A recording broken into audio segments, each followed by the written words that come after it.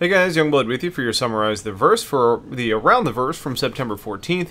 And jumping right into the Burndown segment, we started out the week with 94 total bugs that needed fixing, with 9 full-on blockers, 62 that were considered critical, 21 that were considered high, and just 2 moderate issues. So that's kind of a lot, but they have decided to really put their efforts on those 9 true blockers while running some troubleshooting and triage on the others as they can. Now, there are a few behaviors that tend to keep popping up, which are all pretty standard in this process. Things like trying to resolve one issue and discovering many more that are going to be present that they weren't aware of in that process. Or putting in a new feature and having it not work, or worse, creating more work for other parts of the systems because they all interact together. They did recently fix an issue where the fog wasn't re-interacting with certain light shapes appropriately. They resolved some issues with the AI animations on characters like the shopkeeper, resolved the rooms not touching an outpost on surfaces, and did get some successful work completed on the turrets, allowing the designers to adjust the turret turn speeds the way they needed to be for gameplay. So after all of that, the total number of must-fix blockers is down to 18 issues. Now, before you get too excited about that, though, it's important to know that they've shifted that number from total number of blockers that they have to be fixed for 3.0's full release to the total number that needs to be fixed before it gets to Evocati.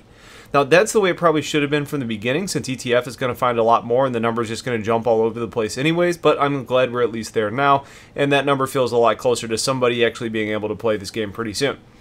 Now, in the breakdown this week, it was covering the stamina system for your characters, which really was kind of born out of the actor status system that was designed to program how you're going to end up suffocating and die in space, which we probably saw in its first iteration on Port Alizar. The stamina system overall has smaller components, like defining your default stamina for your character, or how quickly you regenerate your stamina, or what situations present the best regeneration rates.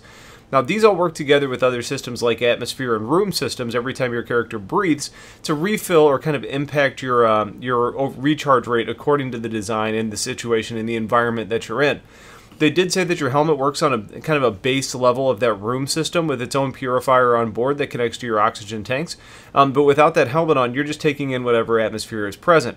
Going beyond environmental impacts, you're also going to have things like your stance, your running conditions, the weight of your suit and what you're carrying, and the slope of the ground, all having different impacts to your stamina, with resulting punishments such as poor recoil control or the inability to keep running, so you may not be able to flee, for example.